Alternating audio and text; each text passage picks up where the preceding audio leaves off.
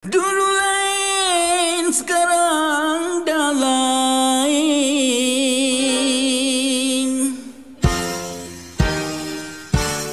Beli apam kelapa bayar asing. Dulu lain, sekarang lain. Beli apam kelapanya asing. Sekarang lain, ke depan lain. Karipap kosong intinya asing. Sekarang lain, ke depan dah lain. Wahai peniaga, wahai pengusaha, jauhkan sifat tamak haloba. Wahai peniaga, wahai pengusaha, jauhkan sifat tamak haloba.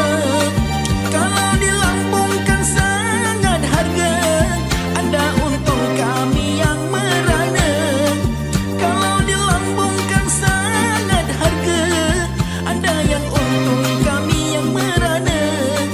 Hilang berkat di bulan puasa.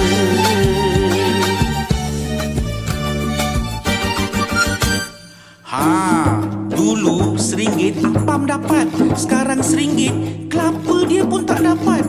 Apam dengan kelapa kena beli asing, tapi tak apa, bukan duit dia. Dulu lain, sekarang lain. Beli apam kelapanya asing.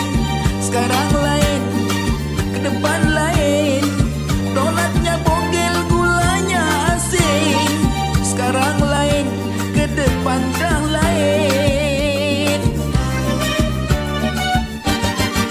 Bilalah sudah ada yang mulang, akan ada yang mengikutinya.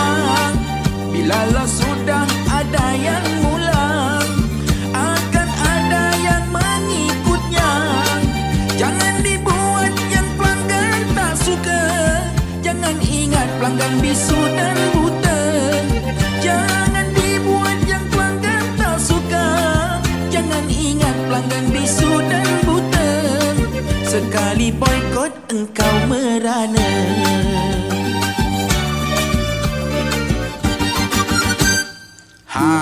Ingat, sekarang ni orang jual apam balik RM4 satu. Jangan lepas ni apam RM5, nak balik kena tambah RM2. Balik rumah pun kena cas. Dulu lain, sekarang dah lain. Beli apam kelapanya asing. Sekarang lain, ke depan lain. Putu piring-piring bayar lain.